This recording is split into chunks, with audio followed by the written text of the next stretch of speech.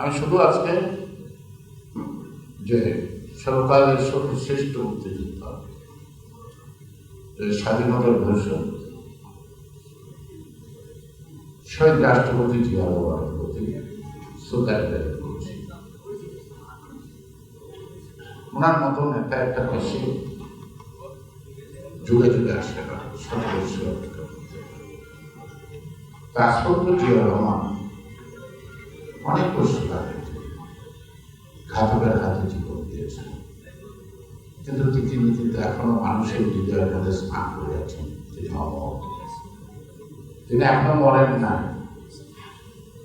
তার চেতনা বোধ থেকে কিন্তু জাতীয়তাবাদী শক্তি যে মূল মন্ত্রটা, সেই শক্তিটা কিন্তু জনগণ এখনো পায়।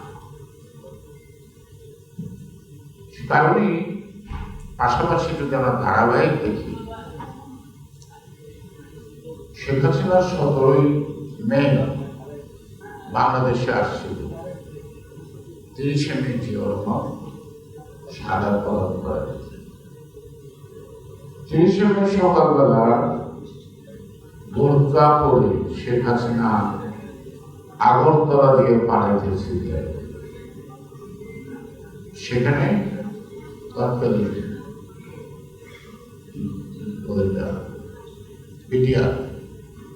বিডিআরের কাছে ধরা পড়ে, তারা তাকে ঢাকায় পাঠায় দেন। শেখ হাসিনার কাছে আমার জিজ্ঞাসা, জিয়া রহমান মারা গেল, তুমি বর্তমানে পালাইতে দিলে কেন? আমরা তো এই বিষয়টা কখনো খেয়াল করি। আমরা ক্ষমতা আসার পরে অনেক মহৎ হয়ে যায়, অনেক মহৎ হয়ে যায়। আমরা সবাইকে ক্ষমা করি এবং আমি জানি আল্লাহ রহমানের রহিম, তিনি যত রহমত করতে পারেন, যত গুনাহ মাফ করতে পারেন, কোন পাপিষ্ঠ নাকি তত গুনাহ করতে পারেন না। কোন কোন ক্ষেত্রে বিএনপি প্রতিবারই আল্লাহর চেয়ে বেশি রহমানের রহিম হয়ে গেছে, এত গুনাহ মাফ করছে। তার ফল ভোগ করছেন 17 বছর।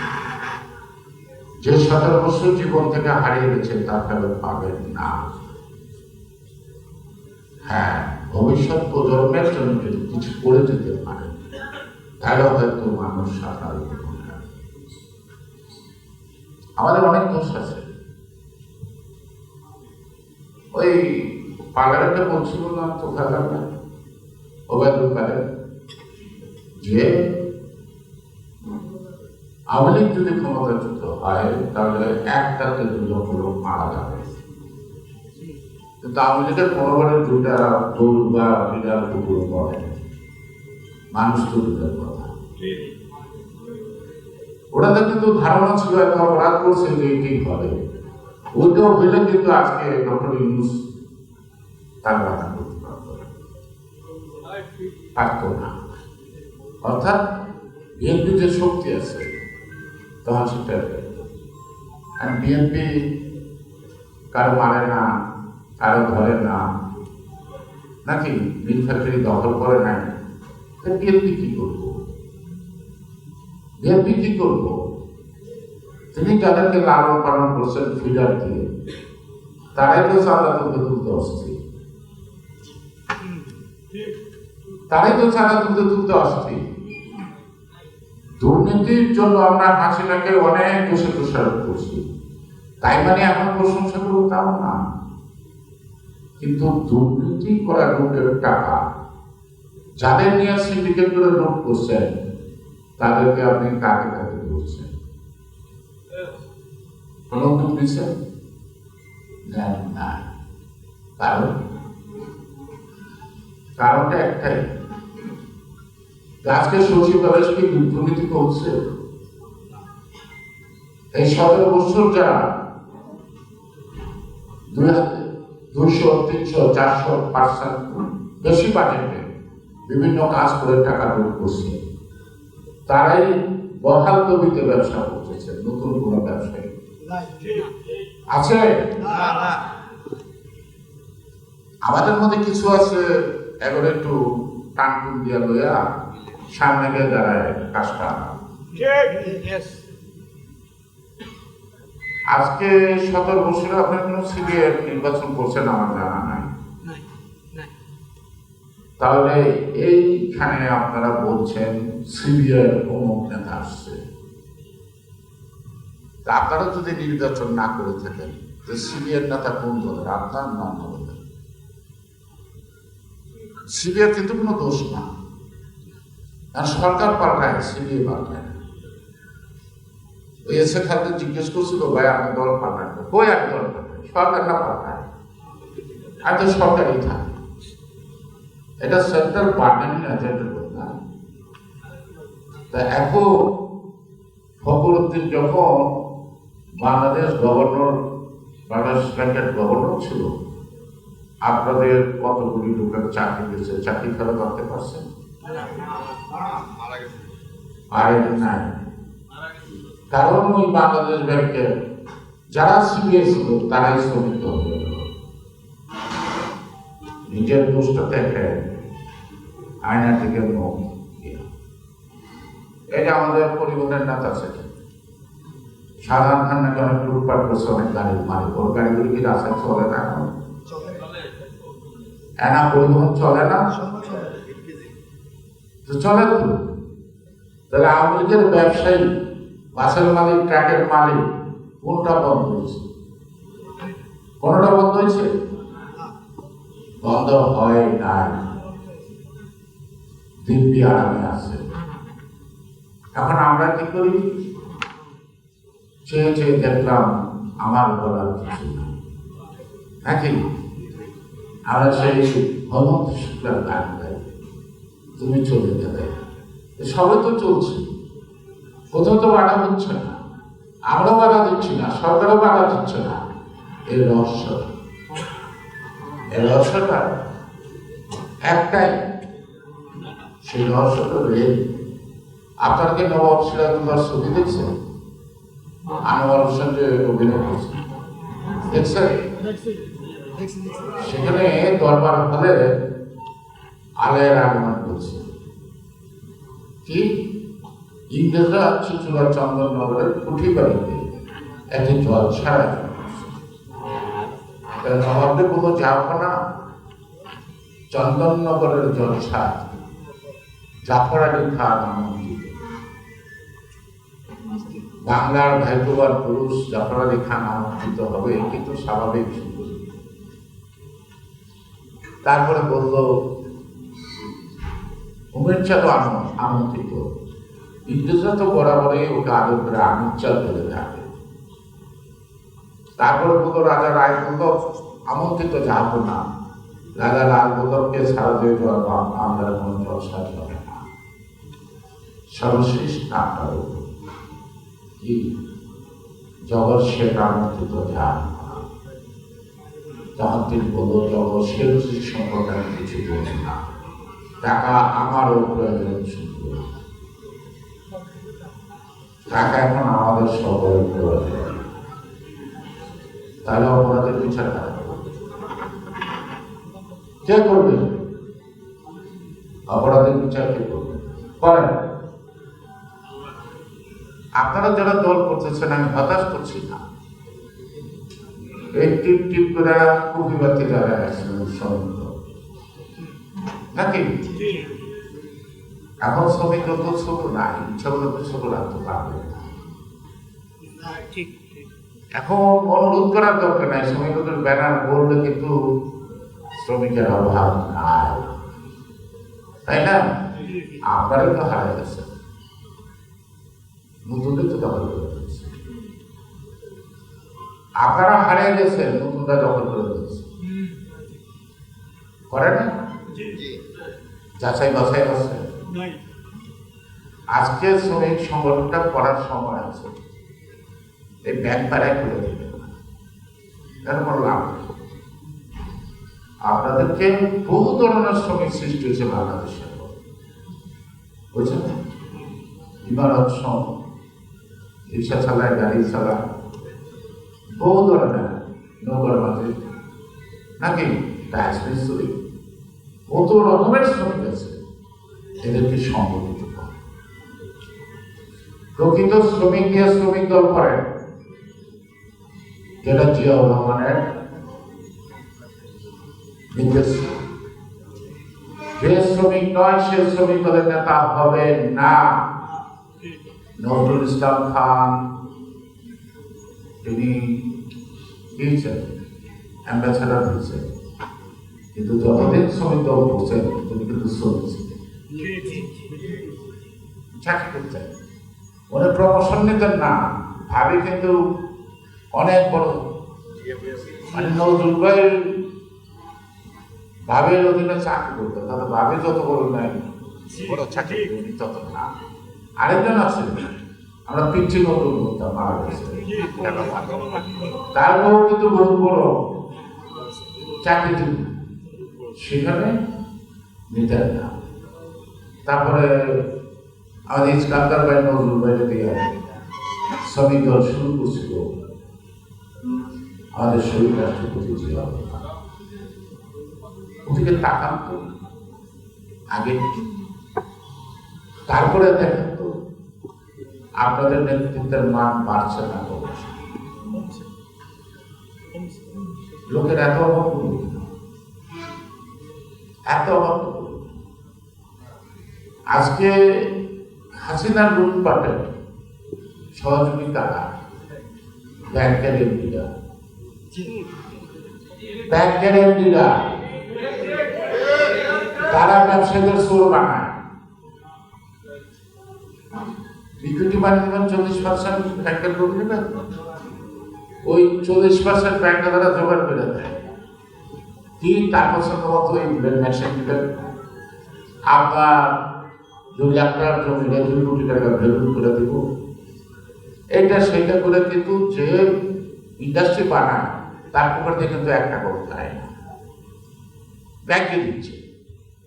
অর্থাৎ ওই অঞ্চলের পরিভাষা, কারণ 100 কোটি টাকা যদি ঋণ দিতে পারে তাহলে তো মিনিমাম 10 কোটি টাকা এটার সাথে সংশ্লিষ্ট অফিসাররা পায়, তার থেকে তো সিডিএ ভাগ পায় না, তাও না, তাও পায়, তাও তো মাঝে মাঝে রয়েছে তৈরি করতে।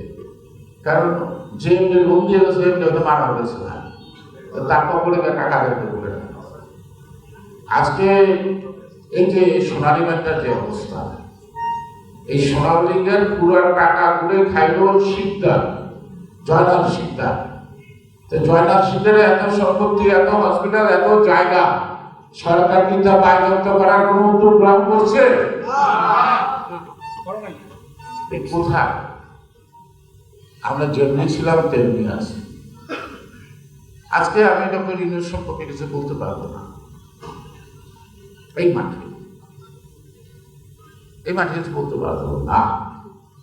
কালকে আমাদের নেতা তারেক সাহেব কি বলেছে, একজন চেয়ারম্যান ডিসেম্বরে নির্বাচন হতে হবে, এই তো উনি আজকে বৈরাগ্য দেখাই দিচ্ছে, চাপানো নির্বাচন ডিসেম্বর থেকে।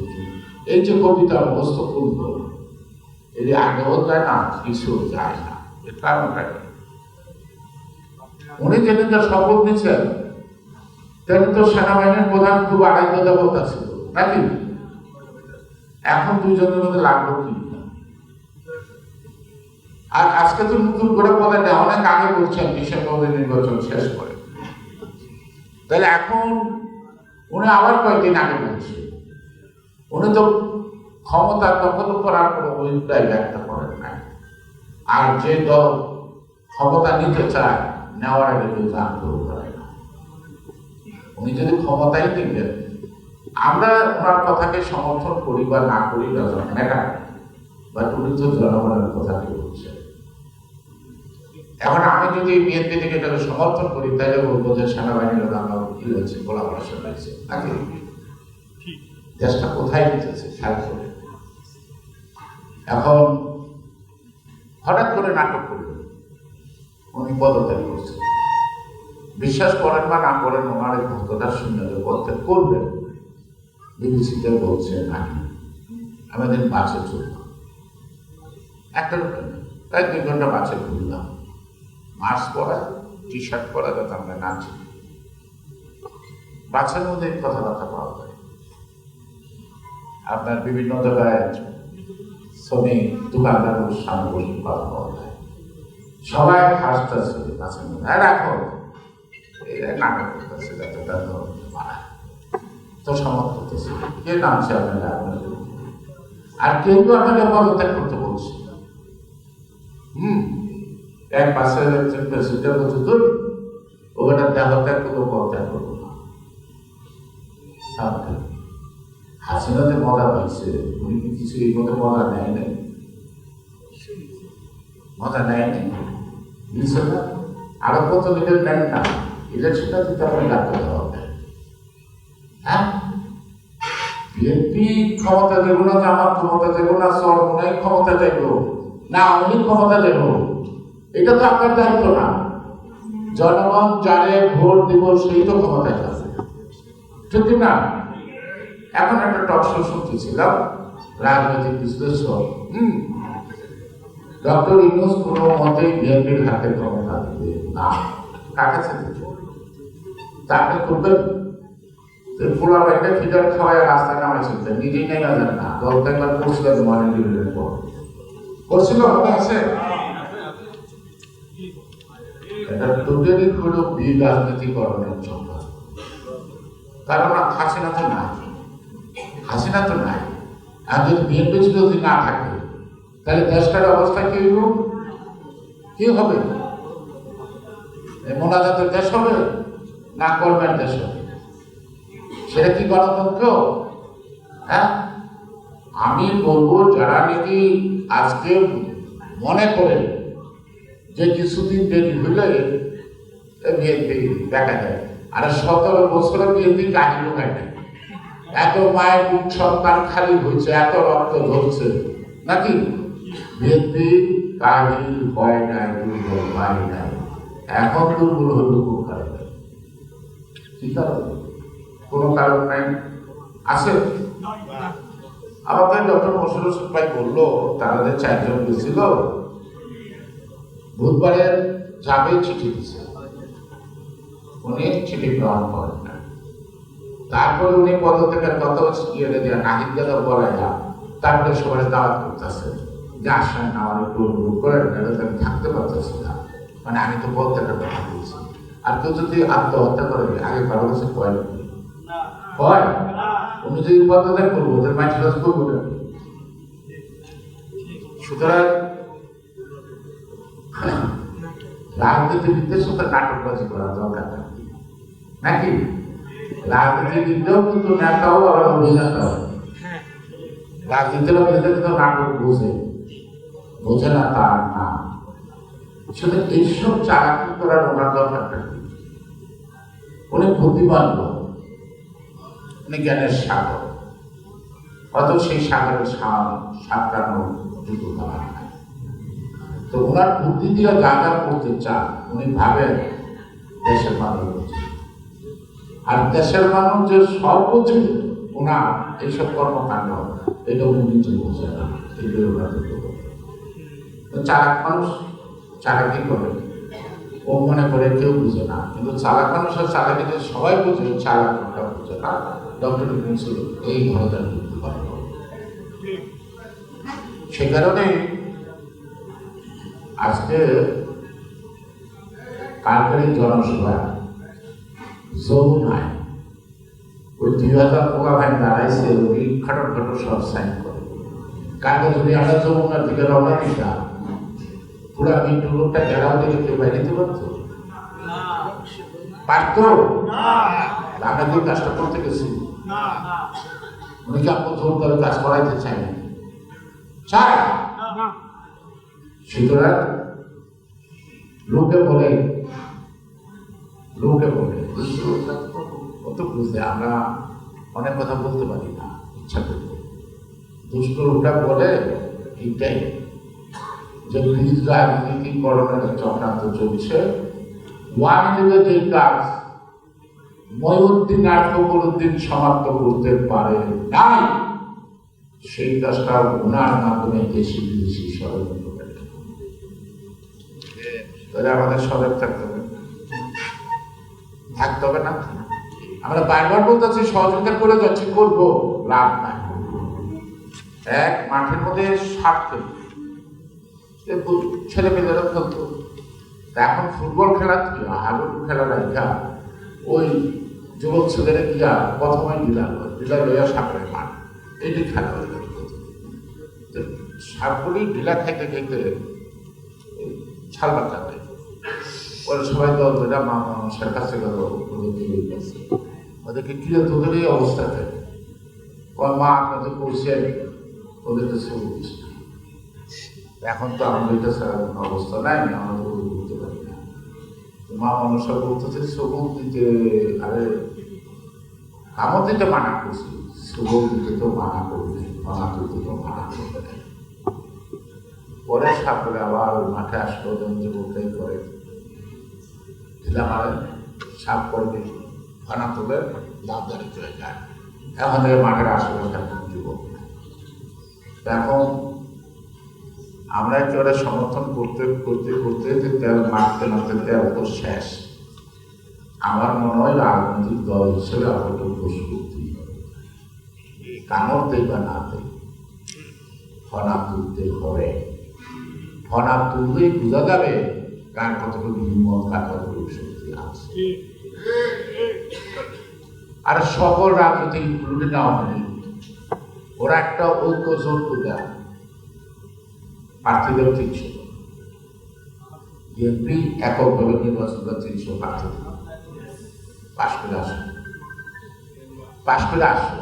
তখন আবার খসতেও না, একটা সিটও পাই যাবে না, খসতেও না। কারণ বিএনপি এমন কোনো অপরাধ করে নাই নাকি? এই যে বড় বড় ব্যাংক হাউস আর ওই জায়গায় খাকে টাকা নেয় সচিবালয় দেওয়া, আর এই বড় বড় কন্ট্রাক্টর কারা কারা টাকা নেয় আমার কাছে খবর আছে না? আমি এই সারাদিন শুরু করে বয়ে থাকবো, এগুলো তো ফুসবো বলুন তো।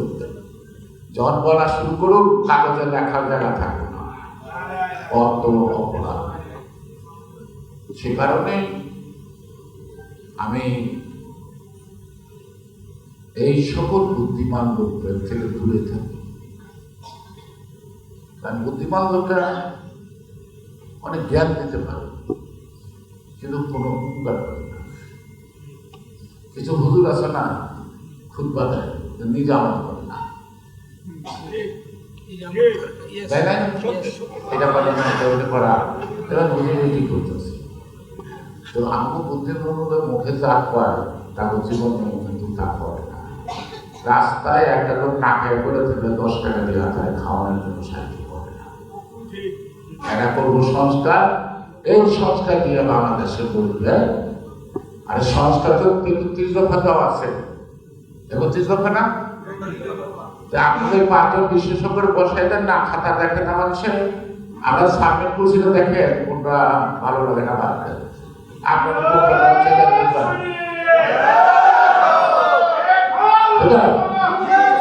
মাসের পর মাস লাগবে, একটা সংস্কার করতে মাসের পর মাস লাগবে কেন? কেন মাসের পর মাস লাগবে? ওনারা আমাদের কাছে কাগজ পাঠাইছে, হ্যাঁ 1 বোতলের টিপ দেন, ওনারা মাস্টার আর আমরা ছাত্র, তা আমরা এখন যেখানে টিপ দিচ্ছি, যেখানে দ্বিমত বলছি যে আলোচনা প্রয়োজন আছে, আমি তো আমরা দ্বিমত পোষণ করি। আমরা যে সংস্কার প্রস্তাবটা দিচ্ছি যে হাসিনা মনোদের পড়ে না কে? আমরা 22 সালের সংস্কার প্রস্তাব দিয়ে সবাইকে ঐক্যবদ্ধভাবে আমরা আন্দোলনে নামছি। সংস্কার বিএনপি করেন পারে না, রাজনৈতিক দল সংস্কারে বিশ্বাস করে না, এমন কথা বিক্রি করার চেষ্টা করবেন না, করবেন না। আমরা কারণ জিয়াউর রহমানই বাংলাদেশের প্রথম সংস্কার দেয় 19 দফা। তার সেই 19 দফার যে প্রোগ্রাম প্রজেক্ট এখন কিন্তু শেষ হবে, বন্ধ হয়েছে। খাল কাটার প্রয়োজন কি বাদ হয়ে গেছে না? বিদেশের জনশক্তি রপ্তানি, দক্ষ শ্রমিক তৈরি করার এইটা কি বাদ হয়ে গেছে না? সংখ্যার একটা চলমান প্রক্রিয়া, কিয়ামত পর্যন্ত সংস্কার হবে, কিন্তু কিয়ামত পর্যন্ত পবিত্র পুরাণ বা গীতা এটা পরিবর্তন হবে না, কারণ এটা জনগণ দ্বারা দেখা না। কিন্তু রাষ্ট্রের প্রয়োজনে নাকি জনগণের প্রয়োজনে সংস্কার চলমান, আর এই সংস্কার বা রিফর্ম বা পরিবর্তন সংযোজন প্রতিস্থাপন অথবা প্রত্যাহার, এটার জন্য তো 5 বছর পর পালাবে। তা নাহলে এই 72-এর সংবিধান পবিত্র কোরআনের সাথে থাকতে পারত। আর 16 সংশোধন নিতে শেখ মুজিবুর নিজের জীবন দোষিত সাইবার পাঠাচ্ছে 4th সংশোধন, ঠিক না? সুতরাং রাজনীতিবিদদের হাতে রাজনীতি ছাড়তে হবে। রাজনৈতিক সমাধান রাজনীতিবিদরা। আমরা ওই যে কি সরকার বিশ্বাস কি মারনা কি ধরুন করি বেজার করি। ওদিনকে আমি তো দেখলাম এই যে বয়সরায় আরে হুজুর সাহেব, আপনি যেখানে আছেন ওখানে আমার ভাত আছে। আপনি যেখানে আছেন ওখানে আমার ভাত আছে। হ্যাঁ, আমার নামটা হিন্দু বলে চালাই দিলেন, প্রমাণ করতে পারবেন? পারবেন? পারবেন না। যদি পারেন প্রমাণ করতে, তাহলে আমি হাসতে ফাঁসি করছি, আপনাদের বিচার করতে। এই বাইরে মামলা সেটা নেয় সবাই করবো আসে। ও আমি হিন্দু লিখে হ্যাঁ, গয়েশ্বর রায় ভারতের আধিপত্যের বিরুদ্ধে কথা বলতে বলতেই বাংলাদেশের গয়েশ্বর রায় সকলের কাছে সৃষ্টি হয়েছে। আমি ভারতীয় সরকার বা কারণ 1 কাপ চা আমার পথে খাই।